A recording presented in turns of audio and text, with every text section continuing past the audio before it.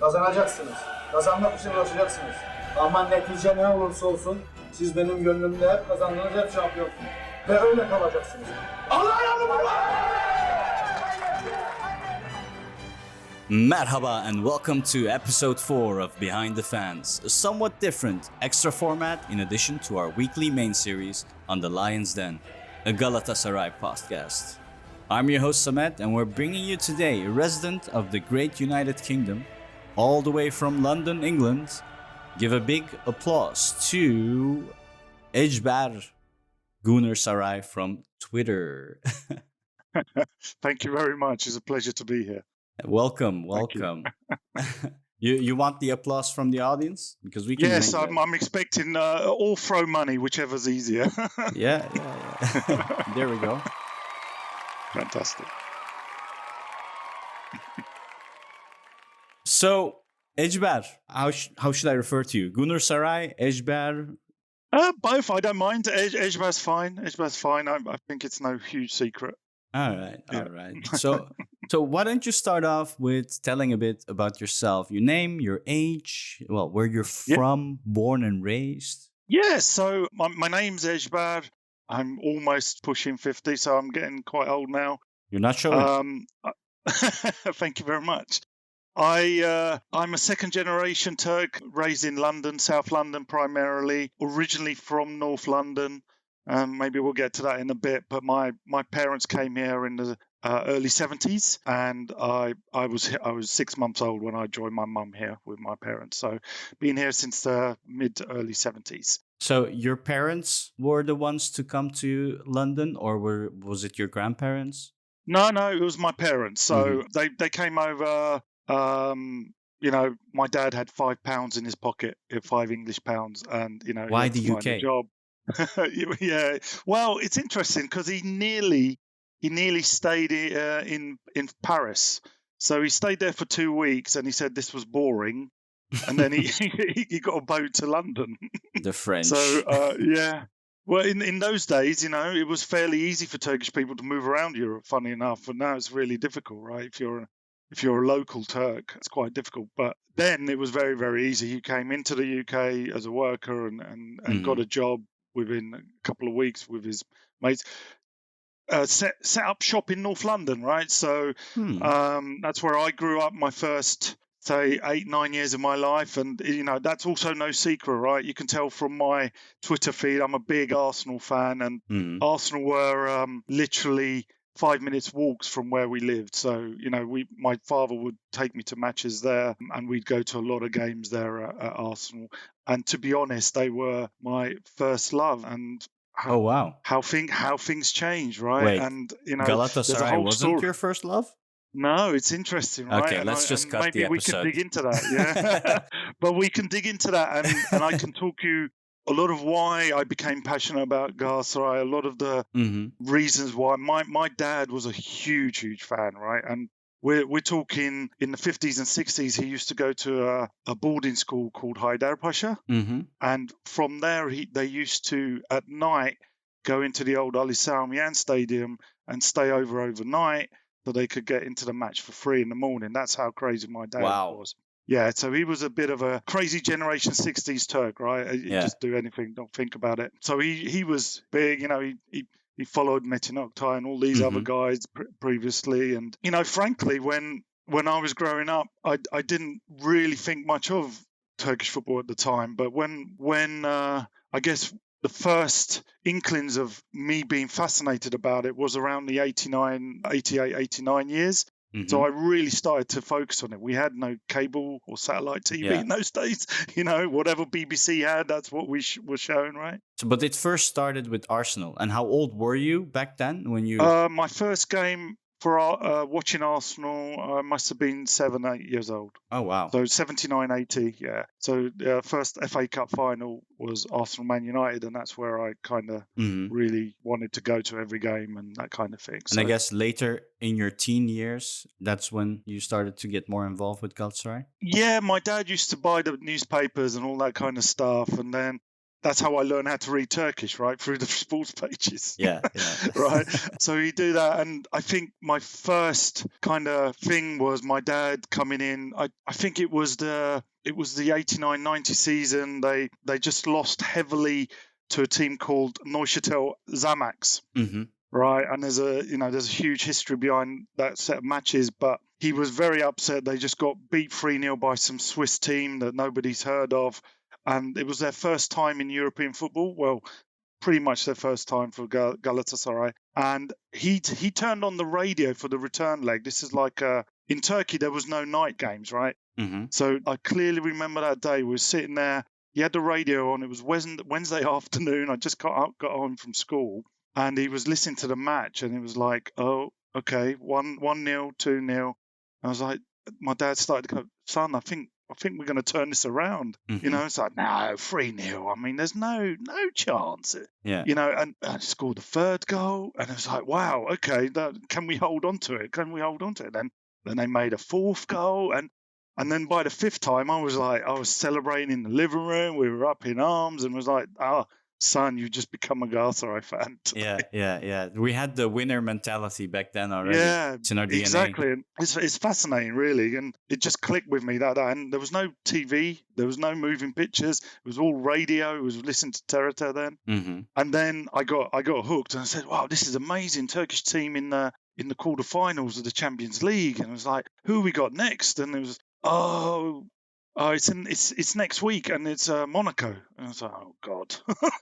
So we started to listen to that, and my dad would then give me up to speed, and he told me about this striker, Tanju Çolak, who's consequently he's a ridiculous goal scoring machine, right? But that game I'll never forget. In particular, the away game they played in Monaco where Tanju scored, and again similar. My father and I watched that game. Listened to that game on the radio, and even then I was like, yeah, they can't beat Monaco. I mean, they got Glenn Hoddle. They've got Arsene Wenger as the coach. Yeah. They've got all of these huge French stars who all end up, if you look at their squad, they all end up coaching. It's fascinating how the these players things from kind of back then. overlap. Yeah, and the lineup they had, that was the first time I heard about Bülent. It was the first time I heard about Prikazi and how good his free kicks were and all that. And in that game, Tanju scored, and we went crazy. And how old were you around that time? 89. I must have been 16, 17, something like that. So it was fairly late into my teens before I got addicted, right? And it was fascinating that day, and I'll never forget it. It was one of the few times BBC showed the highlights of the match. So it's two non-English clubs, and they showed the highlights on BBC One late at night. I just sat there, and my dad and I watched it. Wow, son, I think we've made it. Wow, people are going to know about Galatasaray. And I was like, oh wow, yeah, this is fun. And Bülent Korkmaz was fairly new into the team, and there was all these team players, and that season was quite fascinating in itself. They beat Monaco. It was amazing, Mark Haitley, that was it. George Ware was playing for him. Mark Haitley was playing for him. Claude Puyol, he French manager. It's a huge team they had, and we knocked them out, and that was like, wow, I'm all in now. I want to know what's going on. Then they got Bucharest, didn't they, in the semi-final, right? I don't know is this before your time, by the way, Sam? I was very young, and I have similar stories mostly with my uncles that would indeed turn on the radio and listen to this. And then, like you said, the highlights. I think I was like 9 years old back then. Wow. So it was very early on, and it was just naive, unknown, celebratory things from my side. I think at that time, I don't really know yet what's going on, obviously. Later, for me, like when I turned 16, 17, just like you actually, that's when everything kicked in. And for me, that was when we had the bum era, the Barış Özbek, Mustafa Sarp era. And bad timing, huh? For some reason, whenever we do very bad, I become more obsessed with Galatasaray. I'm a because you want them to do taraftarı. well. Yeah, I know, but you want them to do well, and that's why you get frustrated. And I feel the same. Last few seasons, I mean, we'll get to that, but it's been frustrating for everyone, right? And then we got to the semi-final, right? Just to kind of finish that off, and and that's fascinating in itself. And Mhm. and I went back on the stories historically, and you know, that's probably the year we should have bought Hadji before he Yeah. demolished us in the semi-final. If we'd have bought him then, we could have sold him for so much more money than Oh, we got yes. him when he was later on in his career. But you know, it's one of those serendipity things where he knocked us out of the park. I think a lot To of be people don't even like. We know Haji for his greatness and the things he's done, yeah. but nobody mentions about that part.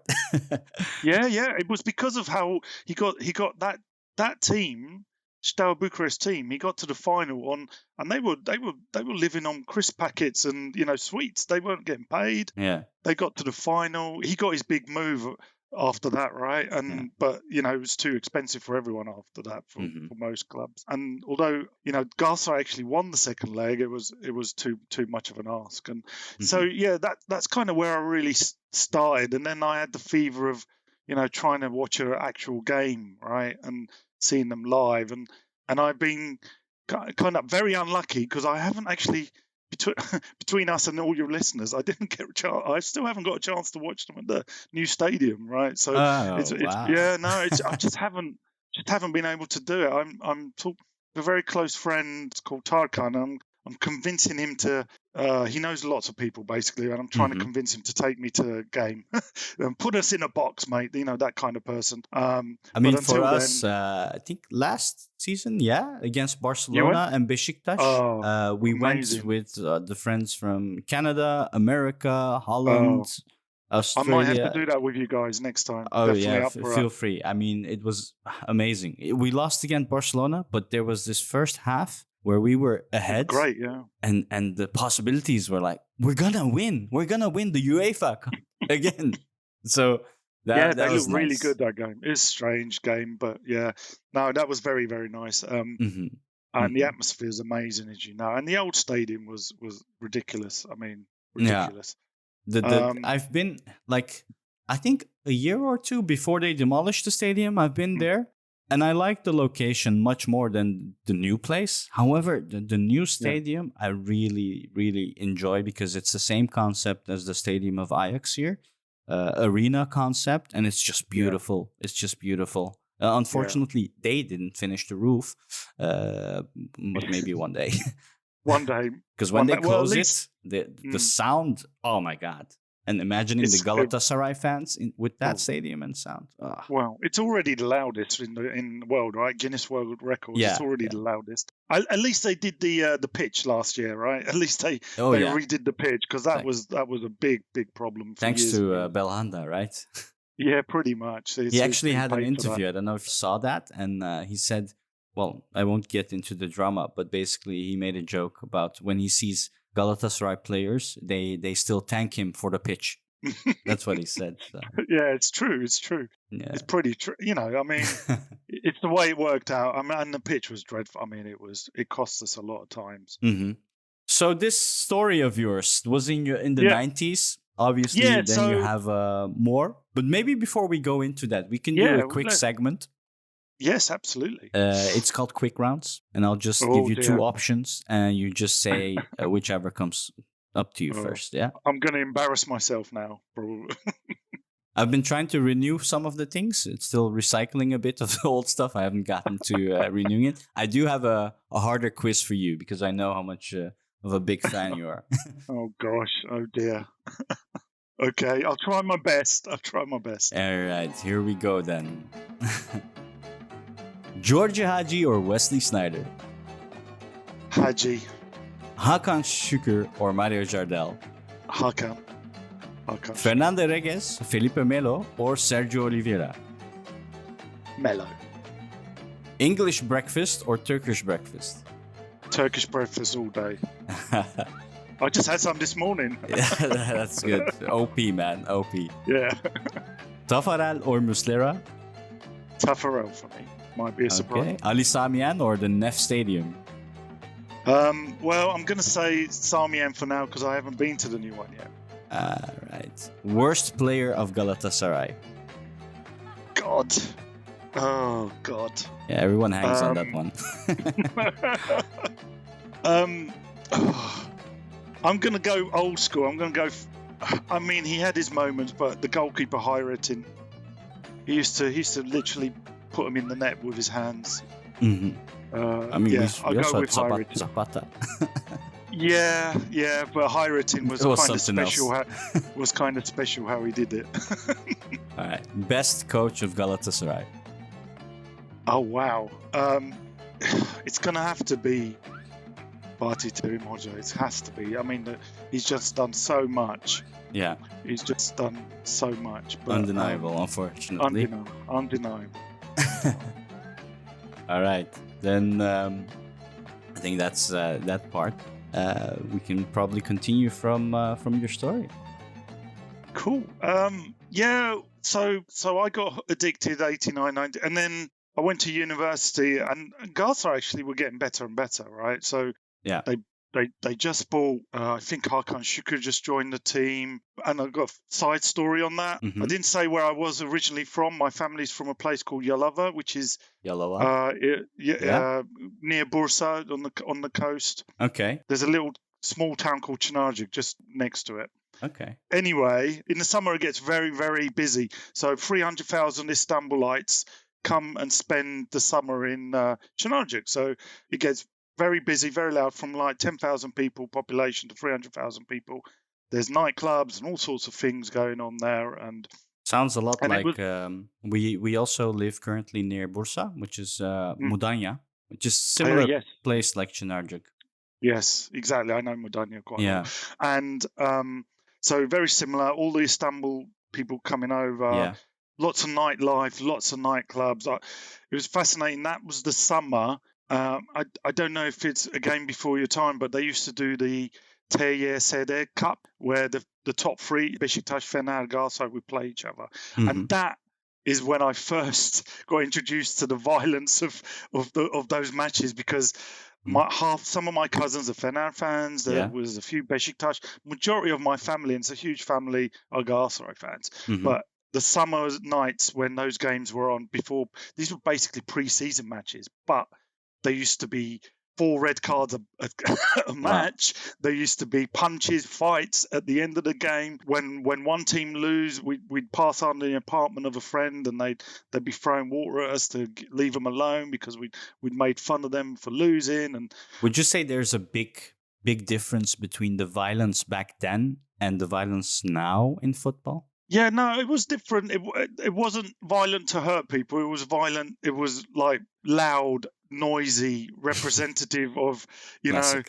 sen ne diyorsun ulan, that kind of violent. But it's all verbal. Mm-hmm. But obviously that kind of started to change, right? But there were inklings around that era where, there were some fights going on after the end of those matches. They were starting to get, because, TFF cancelled it, so Istanbul doesn't have those. Mm-hmm. That tournament still happens in Ankara, but not in Istanbul, right? It's fascinating. Anyway, what I was trying to get to, so this is where I get sidetracked. I met Hakan Sukur at the nightclub the year he signed for Galatasaray. Okay, So, in Çınarcık. In Çınarcık. So he came over. What was his best mate?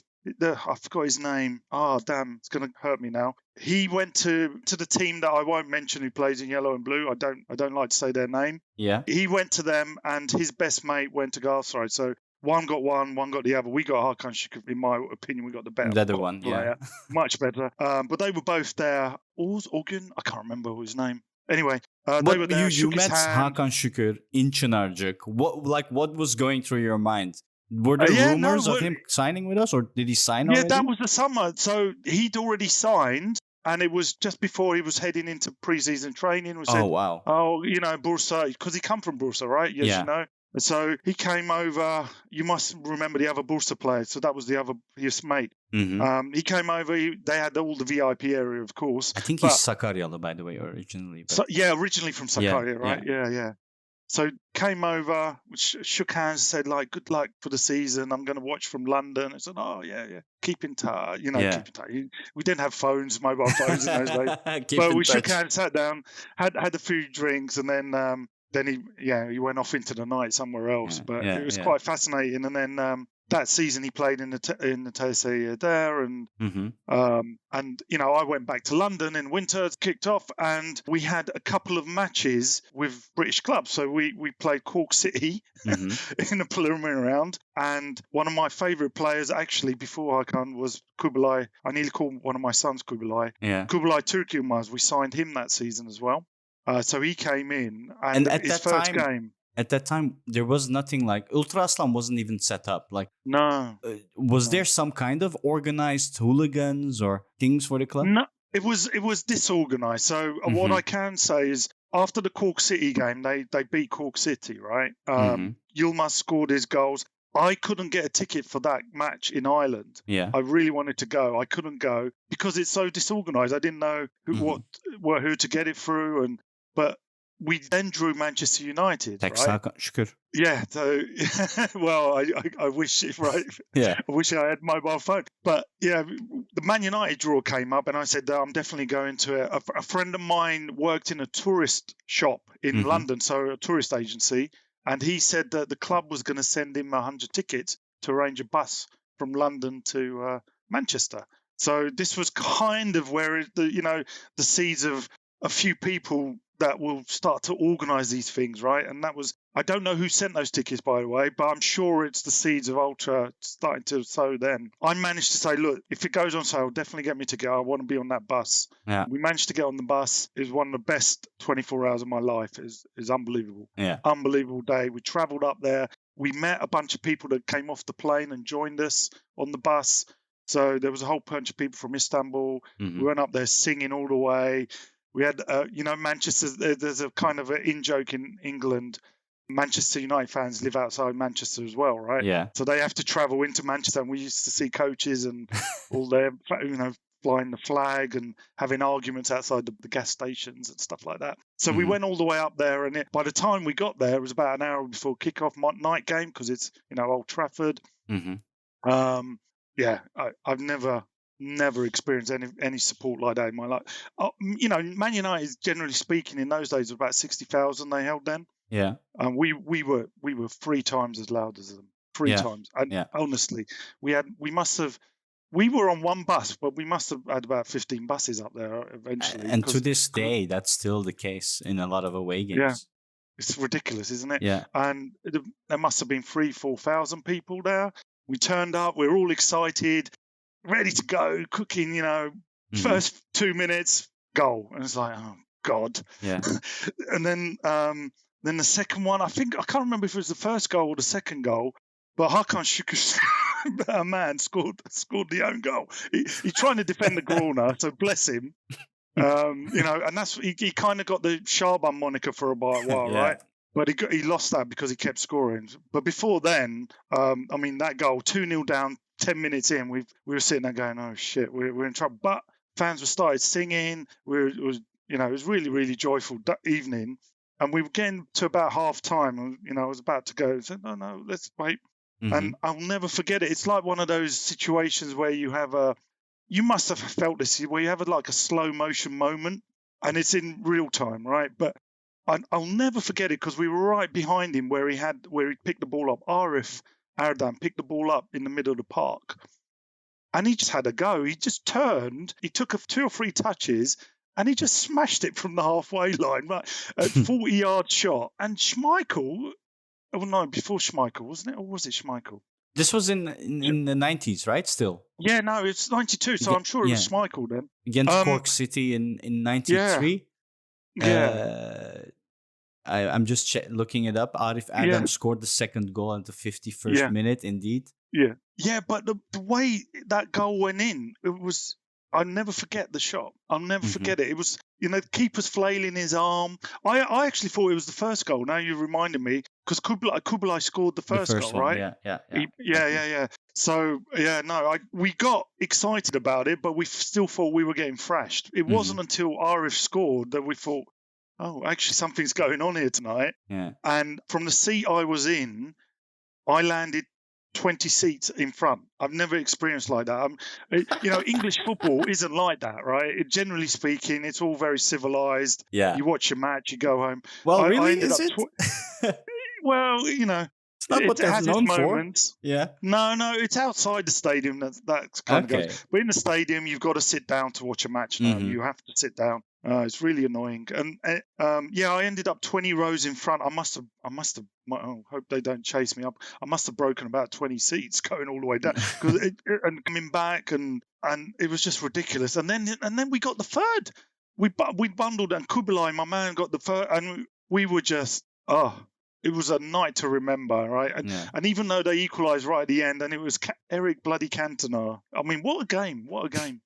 And I went out the stadium. It was quite, you're right. One of the things I will say, when we left the stadium, it was the first signs, again, similar to the TSA of violence.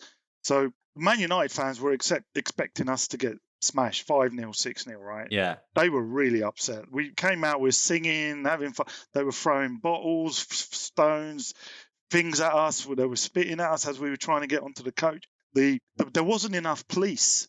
So they were kind of corridoring us to the thing, but there was all little fights breaking out. We managed to get on the bus. The bus windows were smashed. We got back to London at 5 a.m, so it took us forever to get back to London. And I had a university course at 9 a.m, so I had to go and do an exam 9 a.m. How did that and I exam fell asleep. I fell asleep. I fell asleep. I was so tired. I managed to do the first 10 questions, fell asleep, and I said no. I went to student union, fell asleep. But that is, I guess the radio call, and then following up with seeing it live for myself, and I said, this is it. This is my team, and that was the welcome to hell season, right? So the reverse fixture, where we scraped a 0-0 and knocked them out. And then furthering down the line, like where we're going to 99, 2000s, did you join any? I mean, we played against Arsenal as well. So that must have been exciting for you, being a fan of both clubs. Yeah, I was... that was the year I got married, so it came at the worst time possible. Okay. In terms of, and it's the one game in my life that I would regret not going to. It really was. I had tickets. I could have gone to Copenhagen. It just didn't. It was my wife owes me forever for that one, right? For various things that we had to do. But that season was incredible, and the team, Fatih Terim, got together. Okan, who's our new manager now, Emre, we got knocked out of the Champions League that year, and they just kept going. They just kept beating team after team after team, and they just didn't. And they had the Leeds game. Again, I couldn't go to that because my wife said you might get injured or hurt, because they weren't very happy about stuff, right? Yeah, I think fair. But Haji and Hakan just ruined Leeds United on that night. It's just one of the greatest away game performances we've had at that time. Like, how was it when your team is won, and how was the English people looking at that situation at that time? Like, were there reactions you were getting? And no, it was interesting. The press were overreacting, as they normally do, of right? Of course. You still had the Sun back then? Or? Yeah, the Sun. I've still got the paper clippings for that year somewhere in the loft. But I've got to say, I'd say 90% of my friends here are English or British, and no one had any issues about what happened. It's an incredible shame what happened. It's really, really sad, and thankfully it's very, very rare now. But the way we were deemed as evil was just kind of equally inappropriate. The way they tried to make that game something it wasn't. I guess it was more of within the inner circle of the ultras and the hooligans that this was being forwarded. Because to this day, they still use that situation when people are playing against Leeds, etc. Right? Yes. Yeah. Leeds will never forget that. Right? It was one of their own, and I can. To be fair, I can totally understand it, right? If we're being neutral, and it's a tragic situation. I mean, football does not equal violence. Football does not equal stabbing. No. Unfortunately, over the history, things have happened, and people do to this day still associate it with that. But I think, especially going a lot to the stadium the past years, flying to Istanbul, There's just a lot of love, and it doesn't really matter anymore. Sure, you have you have the banter, but it doesn't go over the top. At least for Galatasaray, it doesn't go over the top where we stop the bus, stab them, or shoot them. Yeah. It does happen, unfortunately, in football here and there. Yeah. Won't call out names, but no, it's much. Frankly, it's much rarer. I totally agree, and I think there's a lot more control across how things are done. There's a lot more security now, and there's lots of other things around it, right? And you can't get a card to enter the stadium anymore properly, yes. right? So it's very, very. It's all registered. It's different. It's a very different world, exactly. Yeah. And so kind of without trying to segue to the final was an amazing day, and I watched it in London with my father and family, and we all. Although I was split. I'll be open.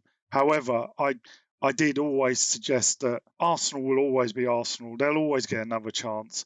This might be not another chance for a Turkish club to do something like this, And frankly, so far it's looking like that, right? Yeah. And what they did that night, they matched them. That team. They had Thierry Henry, they had Vieira, they had Arsenal had the team out there tonight and that night, and Hadji and Tony Adams.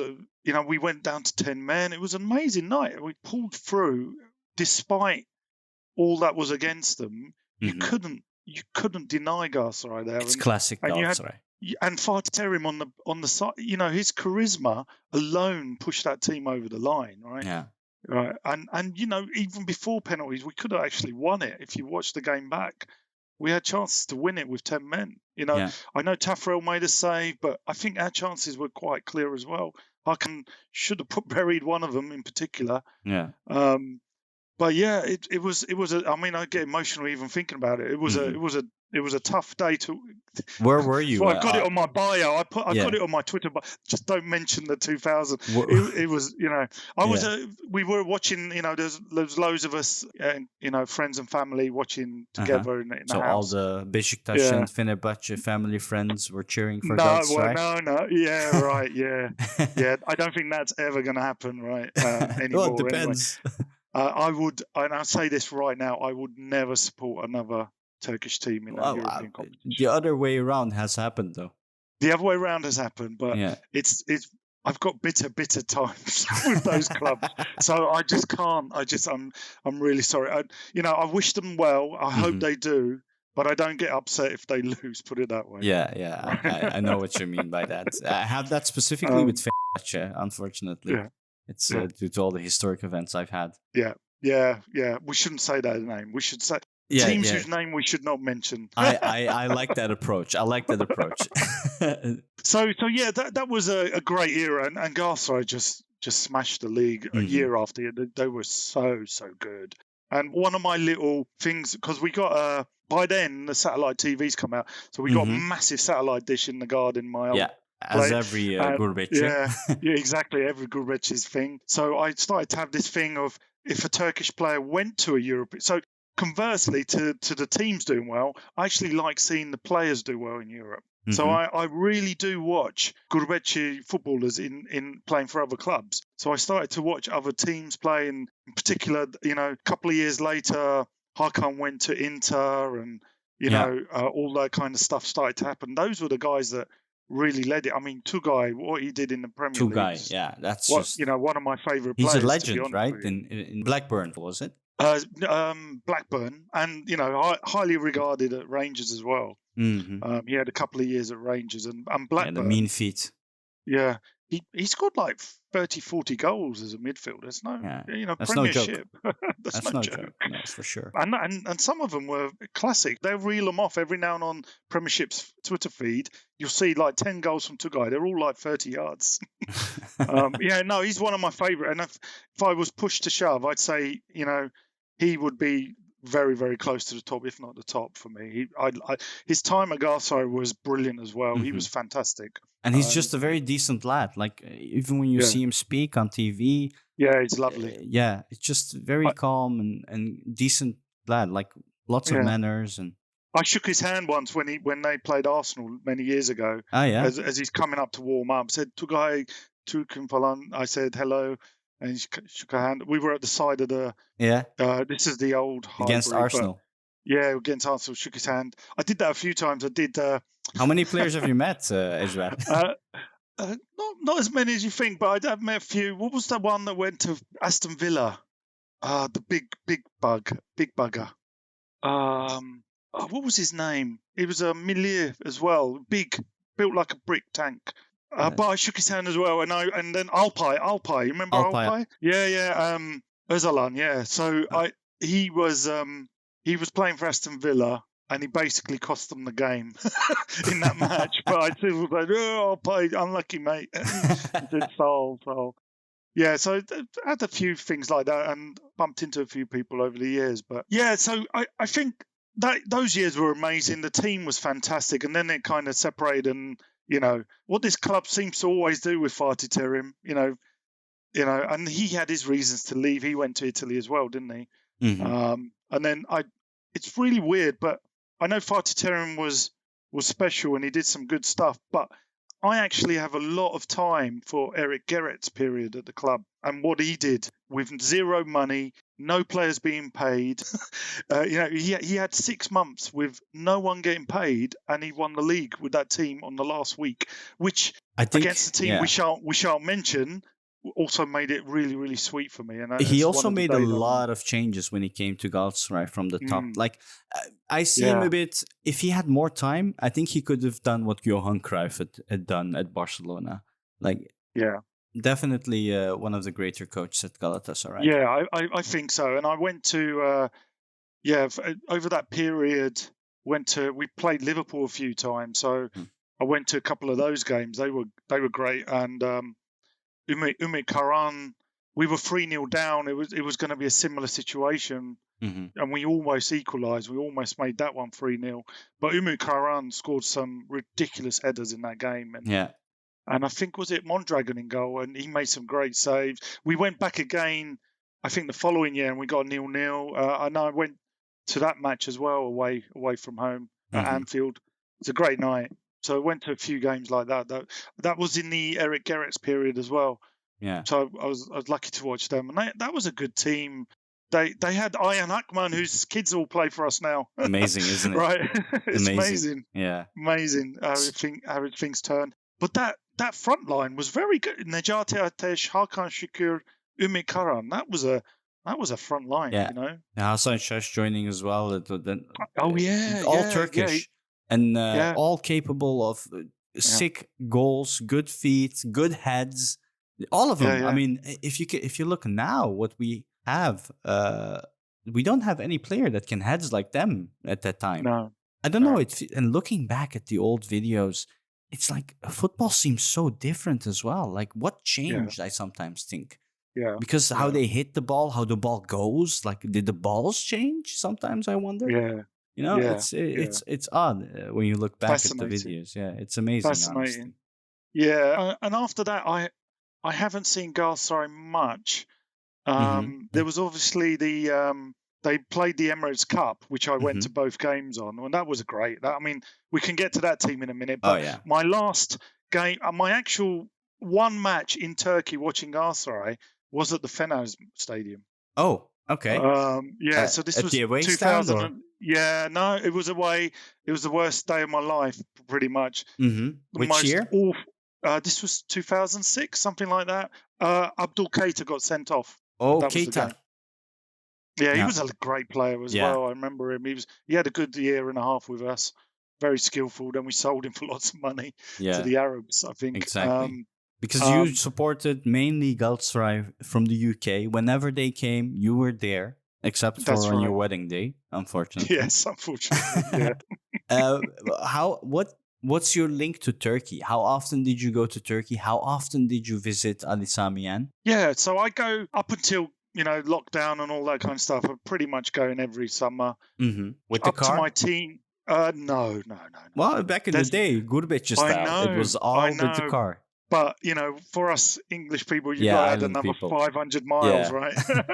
and 10 hours on a ferry. But, I know loads of people to do it. I know someone from London goes all the way to Trabzon, which just blows my mind. Yes. I just think, I mean, wow, fair play, but all that time in a car, I just couldn't do it. And at that time, the roads weren't as good as it is No. today. It was just and double the not hours. safe, right? When No, you get no, into not at Europe, all.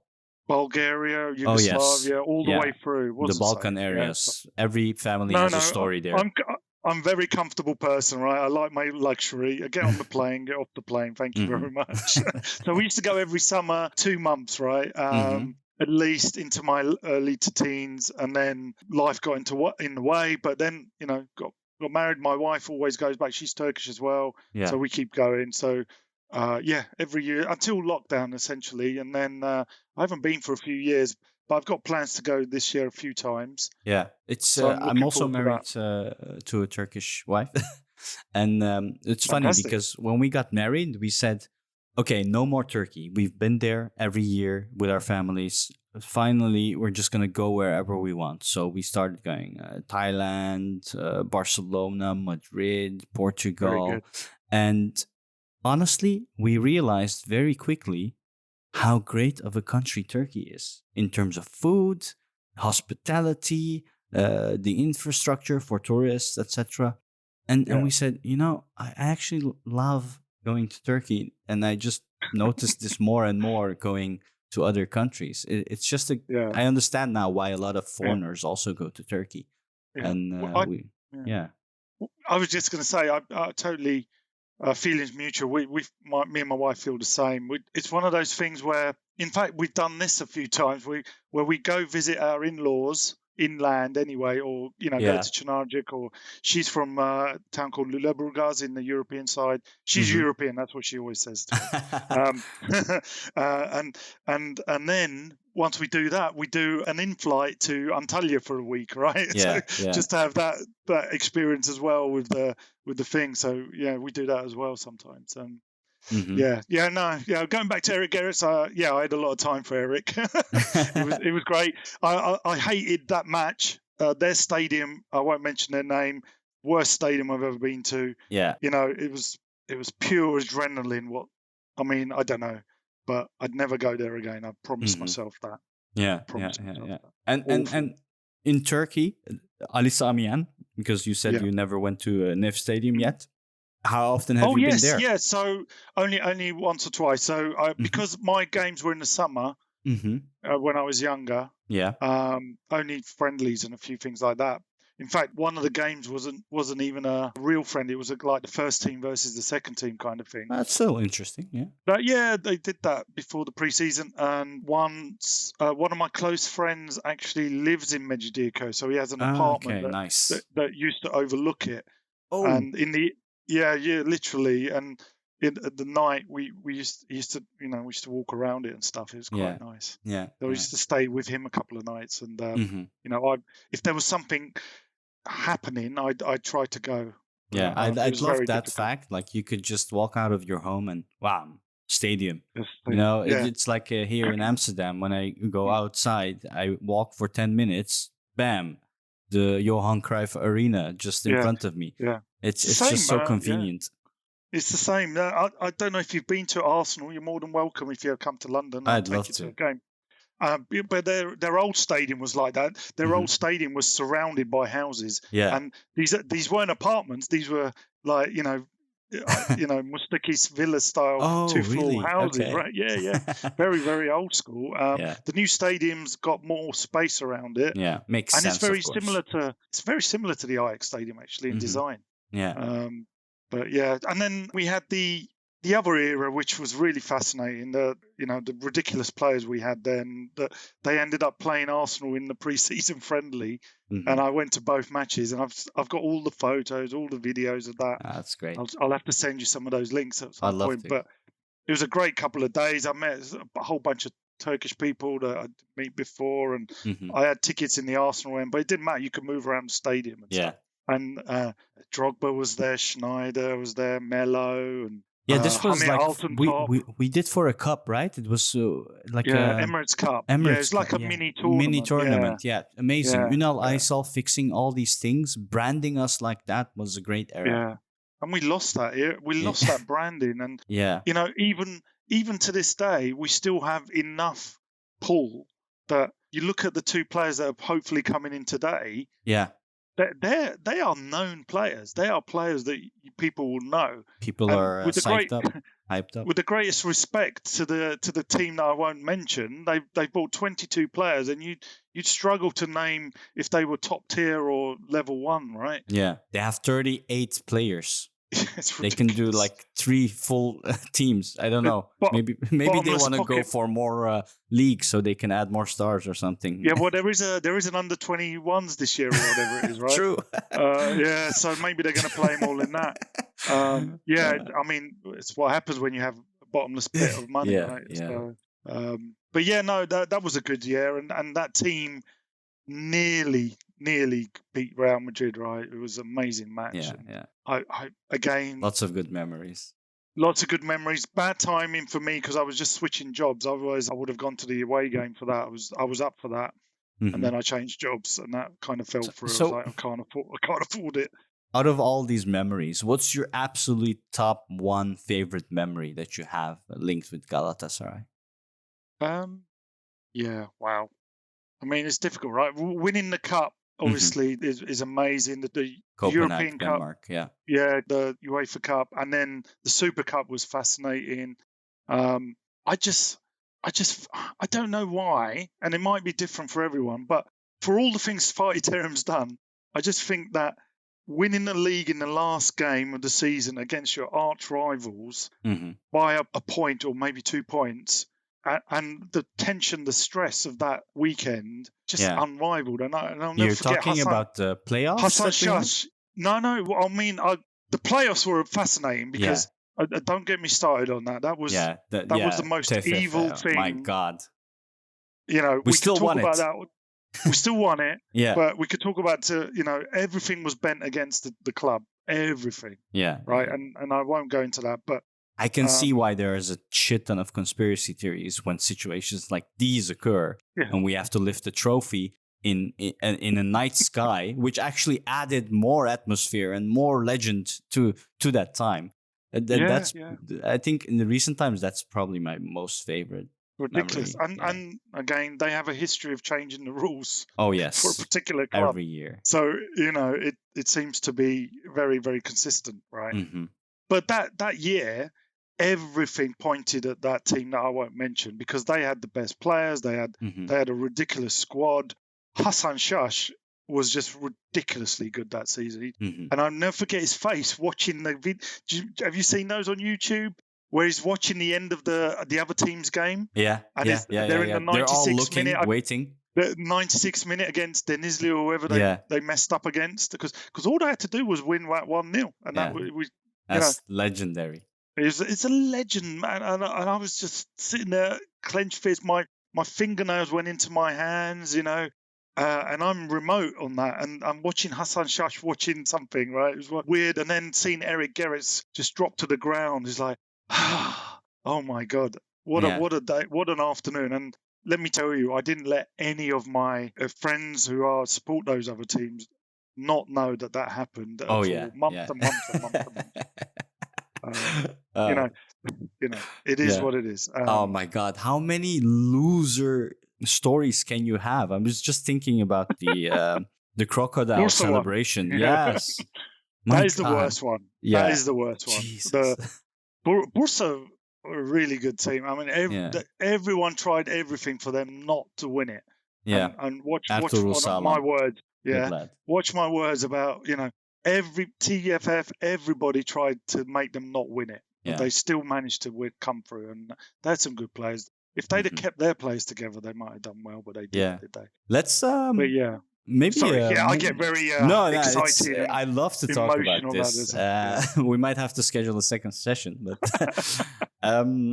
let's do the quiz and test. Oh my God! I mean, from the stories that you've told me, I'm turning to doubt my own fandom. But nah.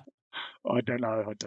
So okay, let's go for it. Let's go for it.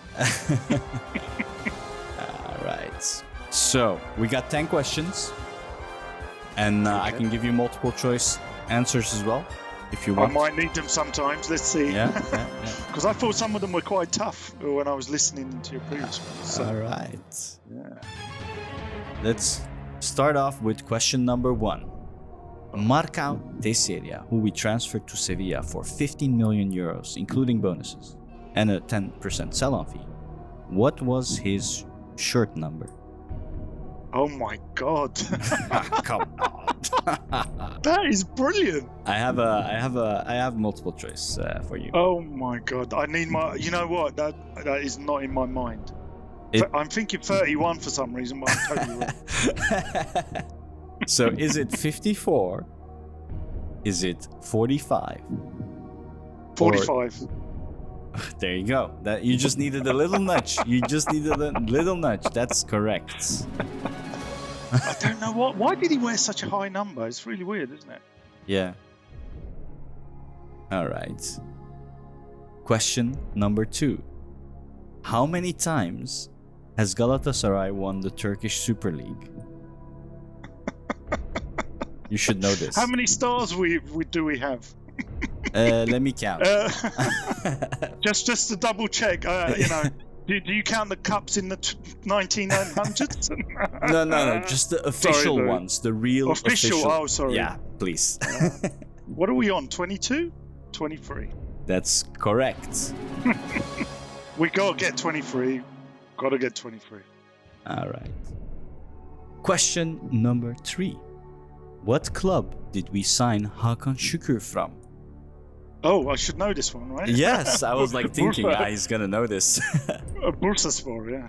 That's indeed correct, because he did indeed grow up in Sakarya and then went from Bursa to Galatasaray. Yeah. It's interesting because he also went to Torino before he had his Inter spell, which... Yeah, I forgot about that, but do you remember he came home because he was homesick of kebabs and stuff? That's what the Turkish press That's what the media was saying, yeah. Yeah. Question number 4. This one is a hard one. Uh-oh. When is Fatih Terim's birthday? Oh my God. And I'll give you the multiple choice. It's in September for sure. Okay. But is it 16 September 1956, 8 September 1956, 4 September 1953, or 4 September 1963? I'm gonna say the 53. I'm gonna guess 53. So that's correct. Cool. Good. I kind of remember it wasn't too dissimilar to my father's. Okay. Yeah. I would have never guessed. I'm so bad in numbers.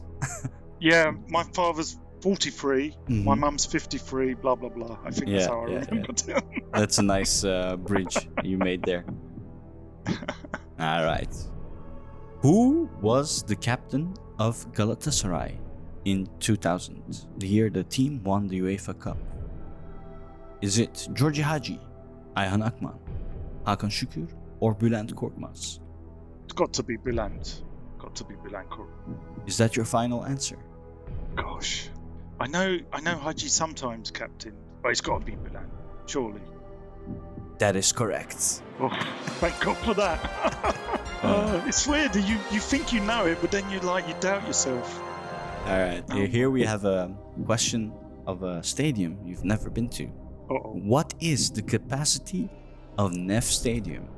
Is it 52,280, 42,280, 54,280, or 56,280? Oh, wow. So 52, 42, 54, or 56? I just thought it was 60,000. Blimey. Okay, so I'm gonna go with 56. Is that your final answer? Can I call a friend? You want to use the hotline? Yeah, go ahead. I'll stay with 56. I think I've got this one wrong. Unfortunately, it's 52,280. Why? That's amazing. Why do they always say 60,000 when they do TV? Oh, they always say almost, right? I know, like with Ajax, it's about 55. They added a few more seats. I think we can also do that. There are some empty spaces there we can fill up. But yeah, it's more than enough, I guess, for us. Right. All right. We're going to question number 8. Wow. Breaking the 20-year spell, beating Fenerbahce. 1-3 at their home. Which players scored the 3 goals? This was in February 2020. God. So 3 Falcao years got. ago. Yep. Yeah, I know. I'm terrible though. Falcao got 1. Yep, that's good. Now I'm slightly disturbed, and I'm wondering if the other person got 2. Nigerian footballer. Kuru. Yeah, Onyekuru. Did he get 2? 1. He got 1. So that's one Oh, more he left. only got 1. Yeah. Oh wow! I thought he got 2. Shit. Excuse my language. No, it's alright. Who's the other goal scorer? I'll give you a hint. It was a defender. Oh, Dutch guy. I really like him as well. He's on the tip of my tongue. He went to Kasımpaşa. Oh no, this is embarrassing because I really like him. So I can't say his name. Donk. Go. Donk, of course. Ryan Donk. Yeah, he scored from the corner. Yeah. Then we got the penalty, and then we got the third. Now it's all Yeah. coming back to me now. You said it. Yeah. I'll count it. I'll count it. Don't count it. I got it wrong. I got it wrong. Yeah, I mean this question number 9. It's just I don't even have to ask this one. Which city we played in the 2000 UEFA Championship? Oh right, Copenhagen. Yeah, exactly. Yeah. I got 1 very confidently. Yeah. Finally. And I feel like quite this one. pressured. I like this one. This is the last one, and I think it's one of my favorite questions. But if you've listened before, you might have gotten this one. So, question number 10: which team has Galatasaray never won against in a full 90-minute game, all of history? Barcelona, Juventus, Arsenal, or Man United? Wow. So Wow. we've won against Juventus, right? Yes, I remember that one. Mm-hmm. So I think Juventus is fine. We've beaten Barcelona. Mm-hmm. I think we haven't actually beaten Man United. I don't remember us beating Man United. Did we beat Man? No, did we? I'm not. I don't know. Oh God! Did we All right, beat Arsenal? Well, if you count the final, yes. But on penalties, I don't know. I'm going to go with Man United. This one was a trick question. It's the question is never won against in a full 90-minute game. Oh, that's how I lose my. You know when I bet on the app, Yeah. with sports betting, and they say after 90 minutes, and I thought I'd won, I always lose. There you go. Yeah. I always forget to do that bet properly. There you go. Oh well. Well. Cool. So thank you. Thank you for that entertaining quiz. Honestly, I'm not good with quizzes. I do remember winning once. That was last year at the stadium. They do these quizzes as well. Big derby games. They have these stands, and I won a scarf there. And I have to say it was completely random. I was just pressing and saying things. It was multiple choice. So brilliant. But you seem to be good. That's I don't know. I was surprised with the Italian Francesco as well doing that. I'm sweating. The tough quiz, especially with the music, right? Yeah, no, the music adds it definitely. Yeah. Maybe before I close. Oh yes, it's like a tradition that I always ask. It's actually an icebreaker. Maybe I should ask people this before we start. At the beginning. Maybe, Yeah. It's when you go to the toilet, Ejber, and you're done your deed and you have to clean up. Do you wipe from the front or the back? I heard you mention this to the Italian chap. I forgot his name. Apologies. Francesco, yeah. He was surprised God. as well. But there are people, and I'm trying to find those people. I do the natural, whatever the most natural is. I don't really think about it. So you don't stand up, right? There are also people that stand up. So I'm old, so I do both sometimes, but I do naturally go down, right? If you don't want to answer, it's fine. No, I'm just thinking. I never think about what you're doing there, do you? You just you just do it. Yeah. Yeah. No, I wipe downwards. You know. You sit down. Yeah.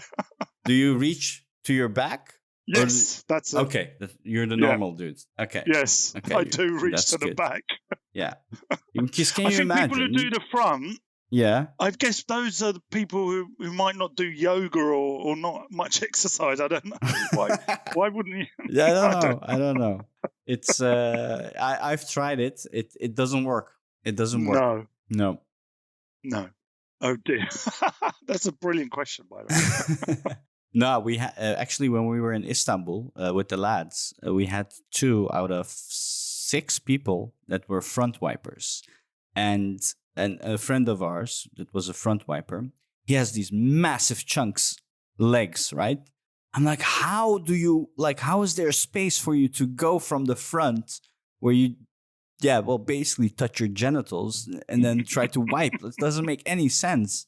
And we had a good laugh, basically, him showing us how that works with his pants on, of course. But oh dear, yeah, amazing. Ejber, thank you very much. It was a big pleasure. It was a joy. Is there anything you'd like to plug? Your Twitter handle or something like that? My Twitter handle is GoonerSaray.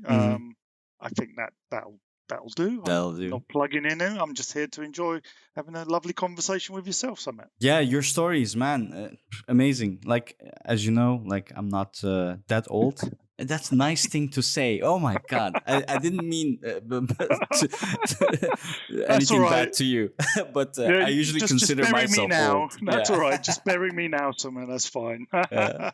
But unfortunately, I didn't get to watch these things live, what you mentioned, but seen enough videos to say good things. Well, it's the same for me. I didn't watch Metin Oktay, right? There's always a history of things that go on, and you can only, I can only talk about it with my son, but my eldest son was lucky enough to see Drogba and Schneider play together, right? That's great, yeah. He's now hooked. He likes Galatasaray. My youngest, he needs a team soon to maybe we're going to turn it around this season. You never know. Yeah. What's your feelings about this season? How are you feeling? Honestly, I'm a romantic when it comes to Galatasaray every season. I actually have placed a bet. The season when we lost by 1 goal? I put a bet in that Fener would lose from, I think it was Sivasspor, and Beşiktaş would lose from Kasımpaşa, and Galatasaray would win over 4 goals. And that happened. That gave me a nice chunk of money. But the next game, of course, was against Yeni Malatya. And one more damn goal. Everyone was very negative that season, but I still believed in it. And unfortunately, lost the season by 1 goal. As for this season, it's exciting. It kind of reminds me a bit of Ünal Aysal era with the Sexy Club and the Çilekler, with how things are going and the different players we're linked to, which very hypes me up as well. And I'm like, I know not a lot of people are fan of Dursun Özbek, but a donkey doesn't hit his head like 2 times on the same thing, right? So I hope he learned, and it seems like he's a bit cooled down with the salaries. They're not immediately signing players. They're just still waiting a bit to get it for cheaper. And I think Erden Timur factor has been good there. I think he's probably a good negotiator. He's apparently called nickname Mr. Convincing. I saw.